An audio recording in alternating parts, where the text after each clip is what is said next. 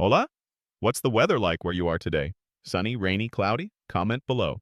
I don't remember much about that Easter morning, except for how hard my hands were shaking while I tried to zip up the back of my floral dress, standing in front of the mirror in our hallway, trying not to think about how I was about to tell my entire family the biggest news of my life. I had planned every detail: how I'd wait until after the second round of mimosas, how I'd gently place my hand on my stomach when everyone was laughing about something trivial, and how I'd smile and say, "Looks like we'll need an extra seat at the table next year." I thought they'd cry. I thought my mother would hug me. I thought my sister would scream with joy. But that fantasy died the second we stepped through the door. We were barely 5 minutes into the gathering when my mother pulled me aside. Her lips painted that strict shade of pink she always wears when she's bracing to say something she knows will sting. She sighed, and just from the way she avoided my eyes, I already knew it was going to be something ugly wrapped in a ribbon of politeness. "Sweetheart, listen, please don't tell anyone you're expecting. At least not today." She took a breath, looked toward the dining room where Katie was already twirling around in her new Easter dress like a goddamn Disney character, and then continued, "It's just, Katie has an announcement of her own, and I don't want her thunder stolen. You understand, right? You've always been the reasonable one." I stood there staring at my mother like she'd just asked me to lie about my name. The words bounced in my brain like marbles on tile. "Don't tell anyone. Don't tell anyone." She said it like my news was something dirty, something that needed to be hidden in a box until it was safe to take it out. I didn't say anything back, just smiled, the kind of smile that starts to hurt your teeth after a few seconds, nodded, and walked back into the kitchen with a mimosa glass in my hand and a weight pressing against my chest like someone had parked a Buick on it. The living room smelled like baked ham and candle wax, and the fireplace was crackling even though it was 70 degrees outside, because my father refuses to give up traditions that make a house feel like home, even if it's barely spring. Everyone was laughing, passing plates, telling the same stories we've told every Easter since Clinton was in office. I sat beside Greg, who gave me a look like, "You okay?" And I whispered, "Later," because there was no room for real talk in a house where everything needed to look perfect. And then Katie made her entrance, high heels clicking on the hardwood like an actress arriving at a press junket. Her hair curled and bouncing, her makeup flawless in that way that takes 3 hours but is supposed to look natural. She was glowing in that fake way she always does when she's rehearsed something and is about to drop it into conversation like it just came to her. My mom clapped her hands together and said, "Look at you, radiant as ever." And Dad chuckled his usual chuckle, but I could see it, just behind the smiles, the anticipation. They knew something. She had told them. We sat down to eat. Deviled eggs, ham, scalloped potatoes, the usual, and I just kept sipping my mimosa, trying not to let the bitterness crawl out of my throat. Katie kept clearing her throat like she was revving an engine. She was waiting for her cue. She always needed a goddamn spotlight. "So," she said, tapping her glass with her fork, "I have some exciting news." And just as she opened her mouth to let it out, just as everyone leaned in to catch the announcement like it was the gospel, the front door creaked open. Greg had gone back to the car to grab the card we forgot. Typical. But when he walked in, he wasn't holding a card. He had an envelope in his hand, plain white, sealed but bent at the corners like he'd opened it and read whatever was inside more than once. He didn't say hello. He didn't take off his coat. He just walked up to the table, his face unreadable, and looked at me. "Emily," he said, his voice low, careful, "you should see this." Every fork froze midair. My mother's smile flickered. Katie blinked, thrown off her rhythm. I took the envelope with a quiet thanks, but I didn't open it because I already knew by the way Greg was standing that whatever was inside wasn't just for me. I looked up at him, and he met my eyes. Then he turned to the table and said something that would change the entire tone of the afternoon in 3 seconds flat. "You all might want to hear this too." Katie's fork clinked against her plate. Mom put her hand on her chest, ever the dramatist. And for a moment, the entire room held its breath like we were waiting for a verdict. That was the first crack. That envelope? That wasn't just paper. That was a fuse. And someone had already lit it. Have you ever been asked to keep your biggest joy a secret? For someone else's comfort? What did you do? Tell me in the comments. I need to know I'm not crazy for what happened next. There's a particular kind of silence that creeps in when something sacred gets cracked open. A silence so thick it seems to muffle even your heartbeat. And that's exactly what wrapped itself around the room as Greg stood at the head of the table, holding that wrinkled white envelope like it was an indictment. Though at the time, none of us had any idea who the real defendant was. My fingers twitched around the stem of my glass, still damp from the condensation, and though the rational part of me tried to anchor itself in the ordinary sounds of brunch, silverware gently tapping porcelain, the low hum of the ceiling fan above, it was impossible to pretend that everything hadn't already shifted the moment he said we all might want to hear what was inside. Greg's voice, usually so reserved and quiet, had a strange calm to it now, like he wasn't speaking just for the sake of drama, but because he had already run this entire scene in his mind and come to terms with what might happen. He opened the flap slowly, slid out the folded sheets with an almost ceremonial grace, and then cleared his throat before he began to read, not in a loud or accusatory way, but with the slow, deliberate tone of a man who knew the weight of each word and didn't intend to soften a single one of them. I wasn't sure how to bring this up, he said, not looking at anyone in particular, but this was forwarded to my work email by mistake, or maybe not a mistake at all.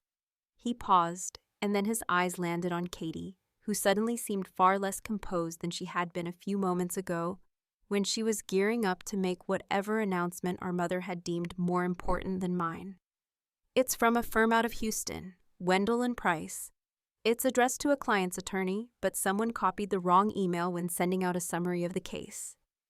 Katie's smile, the one that always seemed glued to her face like a brand, wavered at the edges, and she let out a short, awkward laugh.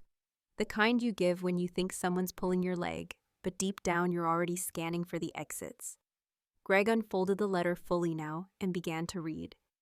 The client, Katie Reynolds, he said, and I watched my sister's knuckles whiten around her fork, is under preliminary review for potential ethical violations involving misrepresentation of project data, misuse of confidential information, and coercion of subordinate staff in exchange for favorable performance reports. Due to the sensitivity of the case, all records have been sealed internally, pending further investigation. The silence broke, only it didn't collapse into noise the way you'd expect after a bomb like that. It just splintered into fragmented glances, choked gasps, the distant clink of a serving spoon dropping onto tile. My father, who hadn't said more than 2 words since we walked in, leaned forward with the kind of weight that suggested he was preparing to say something he really didn't want to believe he had to say. But he didn't speak, not yet. My mother was the first to break through the tension. "Greg," she said sharply, her voice rising higher than I'd heard in years. "This is absurd. Where did you even get that? It's probably fake. You can't just—" "This is Katie you're talking about." Katie swallowed hard, her voice coming out tight and fragile. "That's out of context," she said, eyes darting from Greg to me, then back to the pages in his hand. It's a misunderstanding. I've already spoken to legal. Nothing's going to come of it." Greg looked down again at the document, then folded it in half carefully, without rushing, and placed it on the table beside the breadbasket, like he'd just laid down a dead bird for everyone to examine. "You said you had an announcement," he said, not unkindly, but not with any warmth either. "Was that it?" Katie opened her mouth, but no sound came out. I watched her, and for the first time in years, maybe ever, she didn't look polished, or powerful, or perfect. She looked cornered, raw, like someone who'd just realized they no longer controlled the lighting in the room. Mom tried again, her hands fluttering in front of her like she was physically trying to push the tension away. "This is a private matter," she insisted. "It's not appropriate to bring this into a family gathering. Whatever Katie's dealing with, it's none of our business right now." I felt my jaw clench as I turned to her, my voice quiet but firm. "But my pregnancy, that was fair game for censorship. Because it might overshadow this? I gestured to the envelope. This was the big moment. Katie stood suddenly, her chair scraping against the hardwood like a gunshot, and looked at me with something between fury and panic. "You have no right," she spat, pointing a trembling finger at Greg. "You can't just dig into my personal life and use it to humiliate me." Greg didn't flinch, but I saw it in his eyes. He hadn't done this out of malice. He did it because he couldn't stomach the hypocrisy of it all. "I didn't dig," he said, finally sounding tired. "It was emailed to me. Someone wanted us to see it." That made Katie blink, confused, caught off guard, maybe even scared. And then I leaned forward, my elbows on the edge of the table, and said the first thing that truly fractured whatever performance was left in the room. "Is that what your big news was, Katie? That you're under review for professional misconduct? Because honestly, I think you should have led with that." Her fork slipped from her fingers and landed on her plate with a thud. No one moved. The room felt like it was holding its breath again, but this time, I was the one lighting the fuse. There's a certain kind of exhaustion that doesn't come from lack of sleep or physical effort, but from years of swallowing your voice for the sake of peace, from choosing diplomacy over honesty, and from being told in 100 subtle, carefully wrapped ways that your feelings are secondary, that your milestones must be managed, timed, and, when necessary, politely postponed so that someone else can take the center stage they've grown to believe was made just for them. That kind of exhaustion had lived inside me for as long as I could remember, but I had always disguised it well, under smiles, under small sacrifices, under the role I was assigned without ever auditioning. The reliable one, the strong one, the accommodating sister who never needed the spotlight to feel whole. But sitting at that Easter table, watching my sister squirm under the weight of her own secrets, and watching my mother fumble through denials that sounded more desperate than maternal, I felt something deep inside me snap, not loudly, not violently, but like the soft, almost imperceptible pop of a zipper finally giving out after years of being stretched too far. I didn't raise my voice, didn't bang my fists on the table or storm out like I had fantasized about doing 1,000 times over the years. Instead, I reached for my champagne glass, took a slow, measured sip, and let the silence hang a little longer, savoring the way everyone else was finally forced to sit in it with me. The truth is, I had known this moment would come, not the envelope, not the email, not the dramatic unspooling of Katie's carefully curated image, but the collapse of this family's illusion that everything revolved around her without consequence. I had spent the better part of 3 decades watching Katie be rewarded for recklessness and excused for selfishness, and I had participated in the charade, not because I admired her, but because I had been trained to believe that keeping the peace meant keeping quiet. I remembered my high school graduation, where I was valedictorian and had worked for months on a speech that I hoped would finally make my parents look at me with the same spark of pride they always reserved for Katie. But the morning of the ceremony, Katie had crashed her car into a neighbor's fence while trying to sneak home after a party, and my speech was never discussed again. My mother spent the entire afternoon whispering on the phone to the insurance company, while my father stood outside wiping sweat from his forehead and muttering about deductibles. And when I walked across the stage, the only applause I heard came from a few teachers and a distant aunt.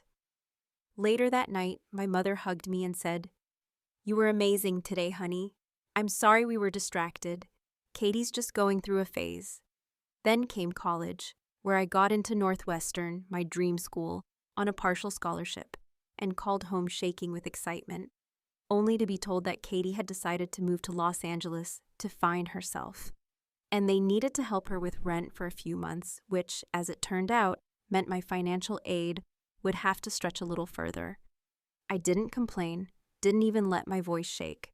I told them I'd figure it out, and I did. I always did. When I got engaged, Katie announced, on the same weekend no less, that she was probably getting engaged too, to some guy she had been dating for 3 months. At the family dinner meant to celebrate my engagement, she wept over the breakup that happened the very next day, and all conversations shifted to comforting her while I sat at the far end of the table, smiling through clenched teeth, sipping white wine, and wondering how I had become invisible in my own narrative. So when my mother asked me to stay quiet about my pregnancy so Katie could have her moment, it wasn't just a request, it was a final insult.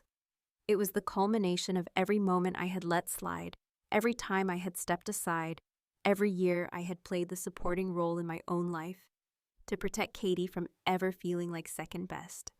I placed my glass down carefully, wiped my lips with the cloth napkin I hadn't touched all meal, and stood slowly, feeling the eyes of everyone at the table shift toward me like magnets.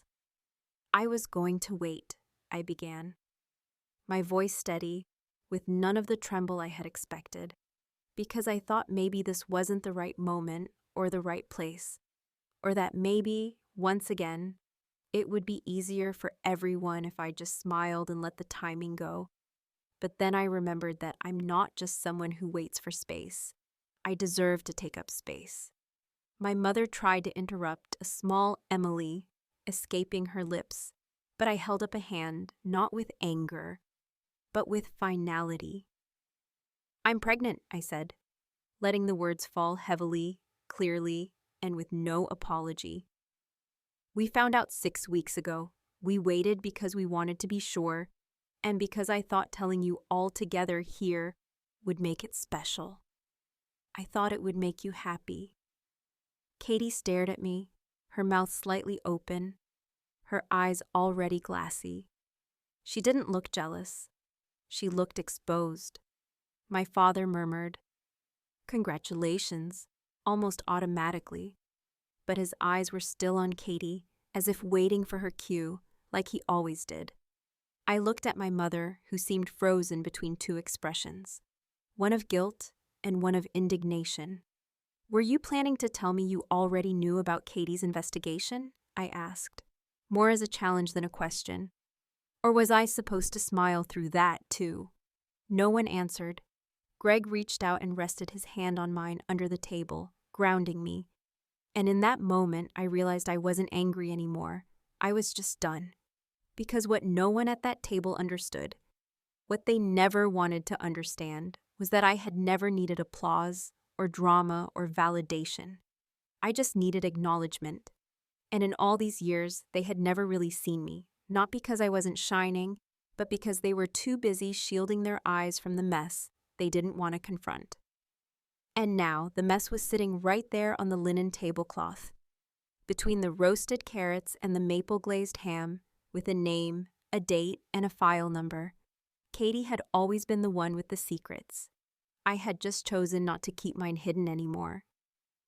For the first time in what felt like my entire adult life, the table wasn't bending toward Katie's emotional gravity. It wasn't wrapped around her needs, her next chapter, her latest drama that had to be handled delicately, lest she implode in that exquisitely practiced way of hers that always drew our parents in like moths to a very expensive, very manipulative flame. No, now the balance had shifted. And for once, she wasn't the orchestrator of the chaos. She was at the center of it, caught not in a self-made narrative, but in something raw, unfiltered, and wholly out of her control. The confidence she wore like perfume had evaporated the moment Greg read from that letter, and now she sat slouched in her chair, shoulders curled inward, fingers twitching beside her plate like she didn't know what to do with them or with herself. But if I thought we'd reached the peak of dysfunction that afternoon, I was sorely mistaken, because the air still hadn't fully cleared, and Greg, God bless him, still had a weapon of his own in reserve, something that even I hadn't known until the night before, when he had sat beside me on our back porch, lit only by the yellow glow of a citronella candle, and told me, carefully and quietly, that something else had come in that envelope, something he hadn't been sure what to do with. As he reached for the envelope again, everyone's eyes followed his hand, not like they were interested anymore, but like they were bracing themselves, as if they all intuitively sensed there was more rot beneath the surface, and that maybe, just maybe, this afternoon was the day the whole illusion would finally collapse under its own beautiful, fragile weight. "There's a second page," Greg said, his voice calm but heavy. with the kind of gravity that makes your stomach drop before the words even land. It was stapled behind the summary, and I almost didn't notice it. Katie let out a strangled sound, half scoff, half whimper, and pushed back from the table slightly, the legs of her chair scraping sharply against the floor. "This is harassment," she snapped.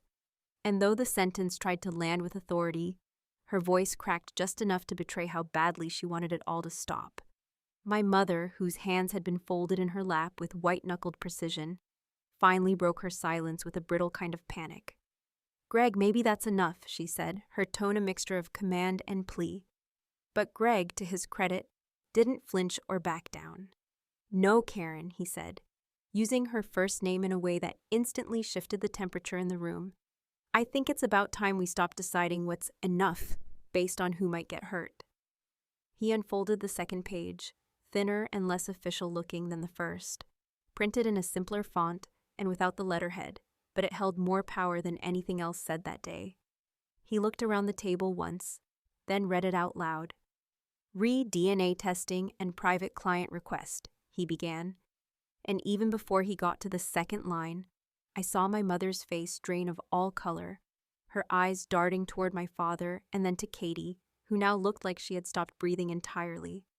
Per instructions provided by the client, a non-disclosed paternity test was administered using medical records on file. Results indicate with over 99% certainty that the individual named Frank Reynolds is not the biological father of the individual known as Catherine Reynolds. A sound escaped from my father. Not quite a word, not quite a growl, more like the guttural, involuntary sound of a man who has been hit by something far bigger than he expected. He didn't look at my mother, not yet. He just stared at the table as if the wood itself might provide an answer that none of us could give. Katie, eyes wide and unblinking, stared at Greg like he had just spoken in a foreign language, and for a few unbearable seconds, no one said anything because the weight of what had been revealed wasn't just explosive. It was radioactive. It wasn't a scandal that could be swept under the rug, or a secret that could be managed with a few firm phone calls. This was the unraveling of the very lie that had kept us glued together all these years. The quiet, dusty little truth buried deep beneath years of family photos, holiday traditions, and passive-aggressive Sunday dinners.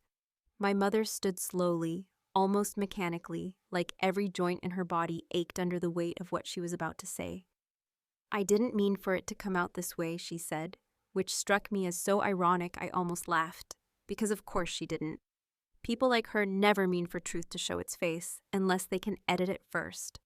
Katie turned toward her, eyes filling with the kind of desperate confusion that only comes when your identity, the very foundation of who you believe you are, is pulled out from under you like a trap door. "What the hell is he talking about?" she asked, her voice jagged. "Is this true?" My mother looked at her, and for a moment something real flickered across her expression. Guilt, maybe, or grief. But then she softened her face into something practiced and tired. "You were born in a complicated time," she said gently. "There were things going on between me and your father. We were trying to fix our marriage. And I made mistakes." My father stood up so fast his chair nearly toppled behind him. He didn't speak, didn't scream. He just stared at my mother, like he was seeing her for the first time in his life. And maybe he was. Then, without a word, he walked out of the dining room, the sound of the screen door slamming behind him, echoing like punctuation on a sentence no one had finished. Katie collapsed back into her chair, hands over her mouth, and finally, the silence didn't feel like protection or performance. It felt like consequence. I stood there, taking it all in, and in that moment I understood something I hadn't before. This family, our family, had been built on omission, on selective memory, on perfectly manicured stories that made sense from the outside but rotted beneath the surface. My silence, my patience, my endless willingness to bend had not been virtuous. It had been complicity, and now it was over. I looked at Greg, whose hand was still resting near the envelope like it might bite someone, and I smiled, not out of satisfaction, but out of clarity. We were done pretending. The brunch was over, the roles had been broken, and the script finally had burned.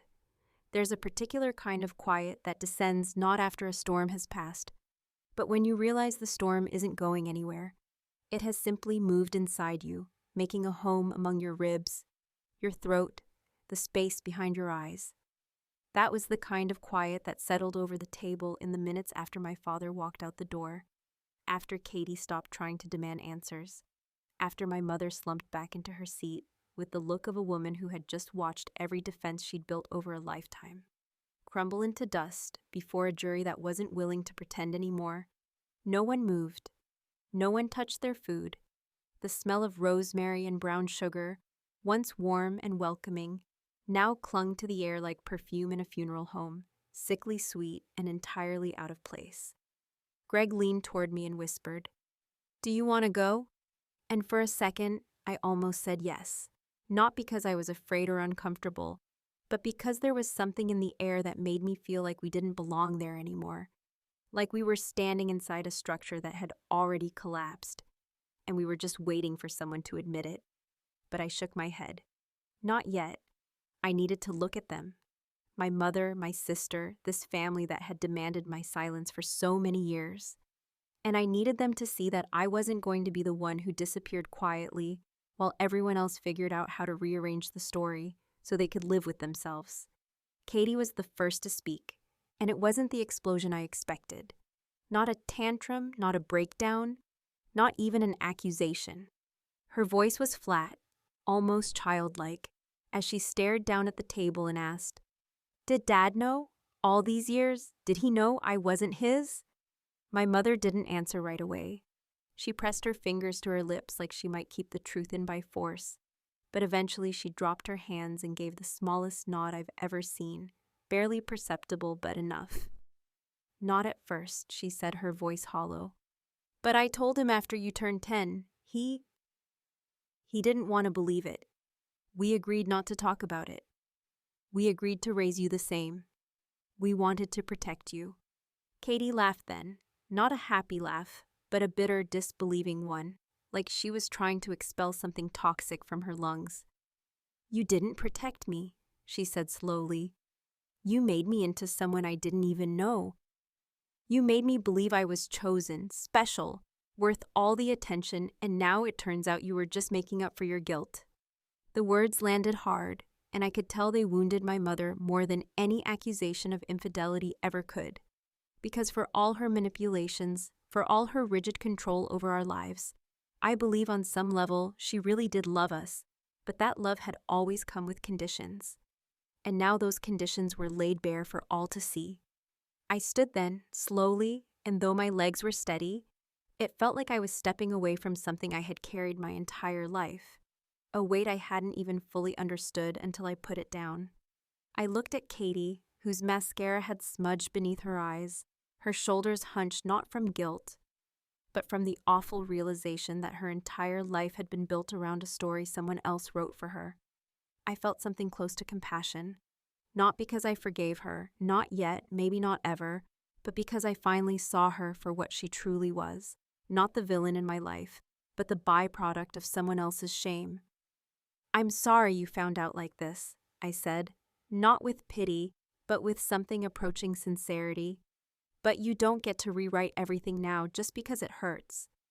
You hurt people too, Katie. You hurt me." She looked at me, eyes red, and for once she didn't argue. I turned to my mother next, who opened her mouth like she was about to issue one more request for silence, one more plea for tact, for timing, for the right way to do things. But I didn't give her the chance. "I'm not coming back here until this house stops demanding that people pretend their pain doesn't exist just because it makes others uncomfortable," I said, every word feeling like a release, like a dam finally broken. "I don't care what holiday it is. I don't care what tradition we're supposed to uphold. This is not a family. This is a show, and I'm done being part of it." I walked toward the door, Greg following behind me without a word, because he already knew, he had known for months, that I was done playing the part I had never wanted in the first place.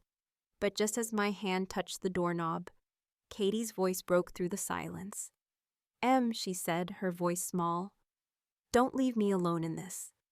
I turned back, and for a moment, I saw her, not as the sister who had stolen every spotlight, not as the woman who had basked in attention I'd never been allowed to receive, but as someone who had just been told the only life she'd ever known was a curated version of the truth. And I hesitated. I really did. For a split second, I thought about staying, about reaching for her hand, about sitting down with her in the ashes of this day and trying to build something new from it. But then I remembered every time I'd been asked to wait my turn, every time I'd been told to smile smaller, speak softer, sit quietly while someone else's mess took center stage. I remembered the way she looked at me when I said I was pregnant, not with joy, not with support, but with dread, because even in that moment, her concern wasn't for me. It was for the attention she was about to lose. So I didn't speak. I didn't explain. I walked out the door, the sun still bright in the sky, the world outside somehow exactly the same and completely changed at the same time. Greg reached for my hand as we stepped off the porch, and I held it tightly, not because I needed support, but because I finally understood the difference between being held and being handled. We were halfway to the car when he looked at me sideways and said, "That envelope, do you really think someone from the firm sent it by mistake?" I didn't answer right away. I let the question hang there, suspended between us like smoke curling in the air. Because some things, even when they're true, don't need to be confirmed to be understood. And then I smiled, not the sweet, dutiful smile I'd worn my whole life, but something sharper, something earned. I think, I said slowly, that someone decided it was time to stop pretending. And then we drove away, leaving the silence behind us and taking with us, at last, the power to decide what kind of family we would build. Not the kind built on secrets, not the kind shaped by guilt, but one made from truth, no matter how ugly, and the freedom that comes when you finally stop asking for permission to exist.